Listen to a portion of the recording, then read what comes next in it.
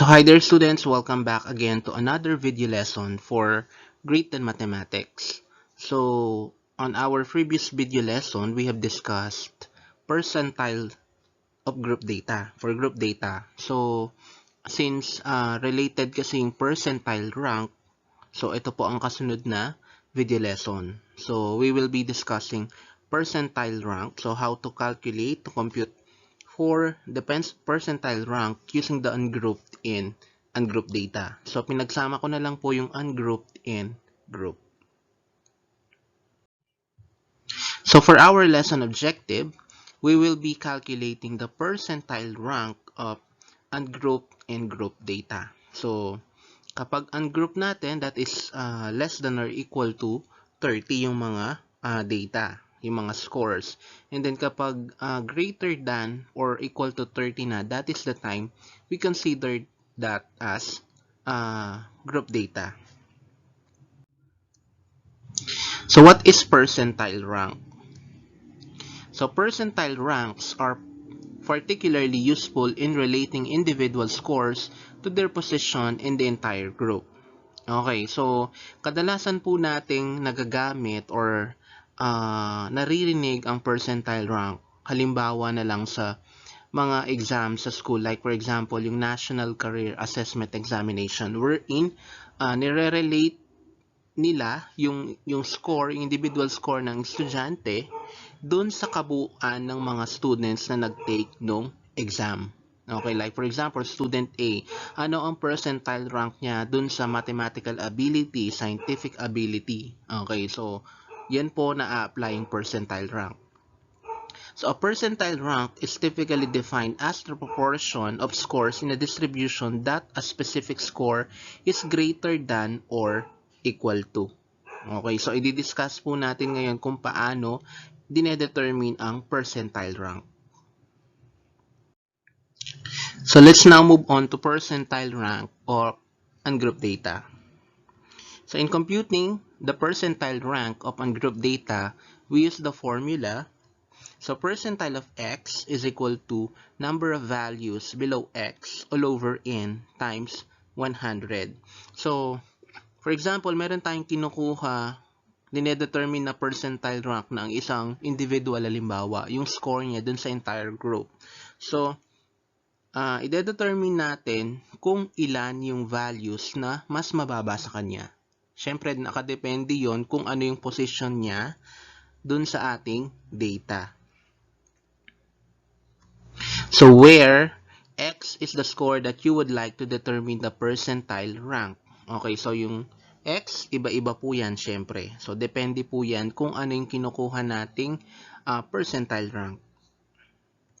Then, n is the number of observations. So, basically, n is the number of observations, number of frequency, number of students, number of data, number of individuals.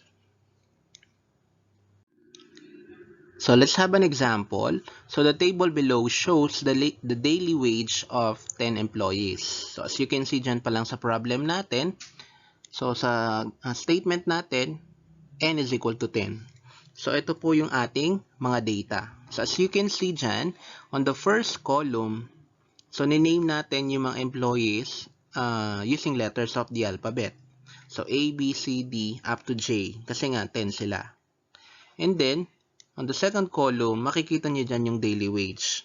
So, first things first, kapag yung ating data, of course, are not arranged in ascending order, we have to arrange them. Kasi nga, measure sa position, yun ang kanyang nire-require. Yun ang kanyang initial step. So, kitang-kita natin na sa employee A ang pinaka mataas ang sinasahod sa isang araw. And then si J naman ang may pinaka mababang sahod sa isang araw, which is 476 pesos. Now, let's answer the problem. Find the percentile rank of employee F among other employees. So, yung formula natin, percentile of F. So, dahil employee F ang tinitignan natin. So, number of values number of values below F all over N times 100. So, ilan ang employees na may mas mababang sahod sa F? So, by the way, ito yung ating employee F. Ang kanyang sahod is 675 pesos. So, yung employees na may mas mababa sa kanya ay 4. Ayan, GHIF. So, we'll write 4 over N 10 times 100. And then, sulat ulit natin, percentile of F. So, pwede nating i-cancel yung 10 sa denominator kasi mayroon silang common factor ng 100 which is 10. GCF. So, 10 will become 1 and then 100 will become 10. Then, multiplying the remaining factors, 4 times 10, that is 40. So, ibig sabihin, ang sagot natin is 40%. So, paano natin yan i-interpret? So, therefore,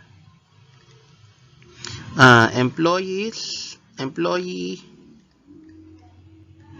F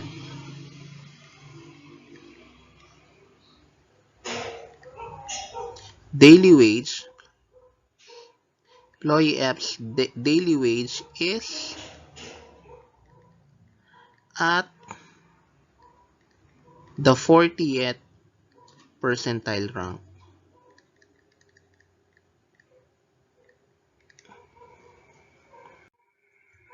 Next, how many percent of the employees have daily wage lower than 805 pesos? Okay, so 805 pesos, ito po ang sahod ni employee C. Okay, so percentile of C. Okay, pwede rin naman isulat nyo X. Okay, so number of values below C all over N and then times 100. So, ilan ang employees na mas mababa ang sahod kay C? So, D, E, F, G, H, I, J. As you can see, the answer is 7 over 10 times 100. So, ganun pa rin. Kakancel natin yung 10, yung denominator na 10, and then 100 will become 10. And then multiply natin yung mga natira, 7 times 10, we have 70. So, 70%. So, paano natin interpret yan? So, 70% of the employees' daily wage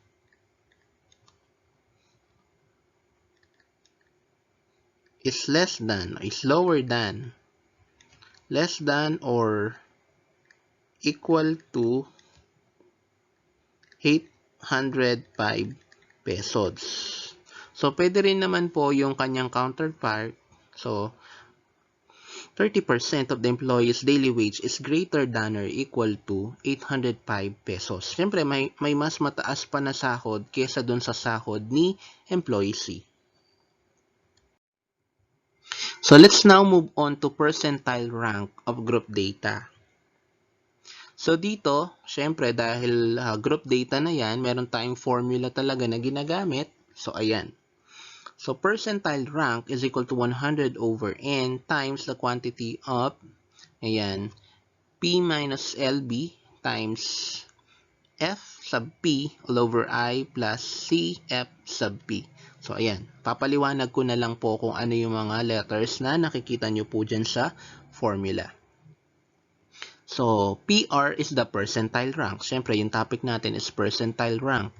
And then, CF sub P is the cumulative frequency of all the values below the critical value. Okay. P P is the raw score or value for which one wants to find a percentile rank. Okay, so kumbaga dun sa ano natin kanina, dun sa ungrouped data natin, siya yung X na inaalam natin kung ano yung kanyang percentile rank. LB is the lower boundary of the kth percentile class. Okay, hindi pa rin nagbabago. LB is lower boundary.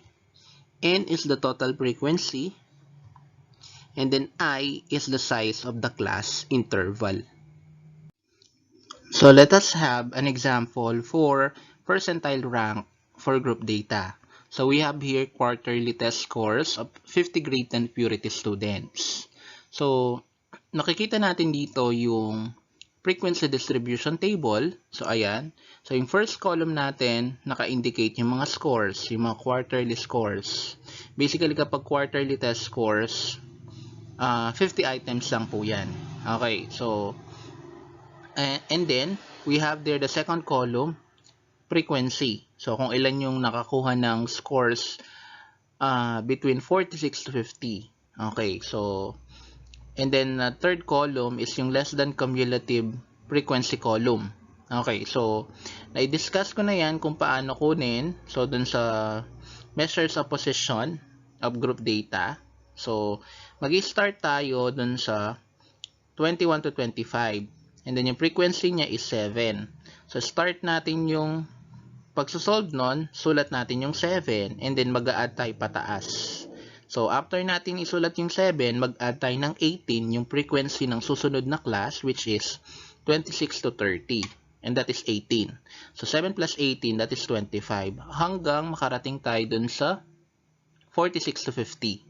Okay, so kailangan ang makuha nating sagot is 50 kasi we're talking about cumulative frequency. Okay, so yung first step natin dito para ma-determine natin how many percent of the scores are greater than the cumulative frequency of 36 is to list down the given. Okay, so syempre kapag may mga given na tayo, mabilis na lang natin yun mai-substitute sa ating formula. So, una, yung cumulative frequency of 36, so ilalocate natin doon sa third column. Okay, so yung 36 po is nandito po siya sa 36 to 40. Okay, wala siya dito sa 28. Ayan. So, next, LB. So, once na na-identify natin kung nasaan yung 36, anong class siya na bibilang, so, ang next natin i-identify is yung lower boundary. So, yung lower boundary, so, makukuha natin kapag sinubtract natin ng 0.5 dun sa 36. Okay, yung lower class limit. So, next, yung P naman is yung 36. Kasi yun yung hinahanapan natin. So, next, N is equal to 50 kasi there are 50 students. And then yung frequency na 9, ayan, so 36 to 40 ang frequency niya is 9. And then the cumulative frequency before, so that is 28. So matatagpuan po yan sa ibaba. Ayan, yung 28. And then, yung ating class interval is 5. So now that we have identified the given, so the next step that we need to do is to apply or substitute them into the formula. So, para makuha natin yung percentile rank. So, PR is equal to 100 over N. So, the value of N is 50. And then P is 36 minus the lower boundary, that is 35.5, times F sub P, that is 9, and then the class interval, which is 5, plus the cumulative frequency before, so that is 28. So, simplify na lang tayo niyan. So, 100 over 50, that is 2. And then 36 minus 35.5, we have 0.5 times 9 plus all over 5 plus 28. Next, so 0.5 times 9, we have 4.5. So 4.5 divided by 5, we have 0.9 plus 28. And then, i-add lang po natin yung 0.9 tsaka yung 28. So that is 28.9. And then multiply by 2, we'll have 57.8. Or i-round up natin, we have 58. So how are we going to interpret the result? So therefore, 58% of the scores are less than the cumulative frequency of 36, while 42% of the scores are greater than the cumulative frequency of 36. So to answer the question, so determine how many percent of the scores are greater than the cumulative frequency of 36, the answer is 42%. So next naman, for letter B, so find the percentile rank of Edward if he got a score of 44 on the exam. So isa dun sa mga students na nag-take ng exam, si Edward. So yung score niya is 44. So ang gagawin natin dito is i-identify natin, isosolve natin kung anong percentile rank niya out of the 50 students. So ayan yung ating data pa rin. So, and then we will identify the given. So, yung 44 na score ni Edward, that is between 41 to 45. And then, yung lower boundary niya is 40.5 kasi 41 minus 0.5, that is 40.5. And then, P is 44. Yun yung score ni Edward. And then, N is 50. Next, yung frequency nung 41 to 45 is 11. And then, yung cumulative frequency before, that is 37, yung nasa ibaba ng 48. And then, yung interval natin is 5. So, since nandiyan na yung given natin, we will now solve for the percentile rank. So, again, PR is equal to 100 over the value of N, which is 50. And then P is 44 minus the lower boundary, which is 40.5 times F sub P, that is 11, over the interval 5 plus cumulative frequency before, so that is 37. 100 over 50, that is 2. So 44 minus 40.5 is 3.5 times 11 all over 5 plus 37. So next, so yung 3.5 tsaka 5, pwede natin yung i-cancel out. So yung 5 magiging 1, and then yung 3.5 magiging 0.7. Next, 2 times 0.7 times 11. So kapag minultiply po natin yung 0.7 sa 11, ang makukuha po nating sagot is 7.7 plus 37. Next, i-add natin yung 7.7 tsaka 37, and that is 44.7 times 2, we have 89.4. So i-round up natin yan to the nearest whole number. So we have 89. So ibig sabihin yung percentile rank ni Edward is 89%. So for our interpretation, round off the obtained value to the nearest whole number. So yung sinabi ko kanina, therefore, the percentile rank of Edward who got a score of 44 is 89%.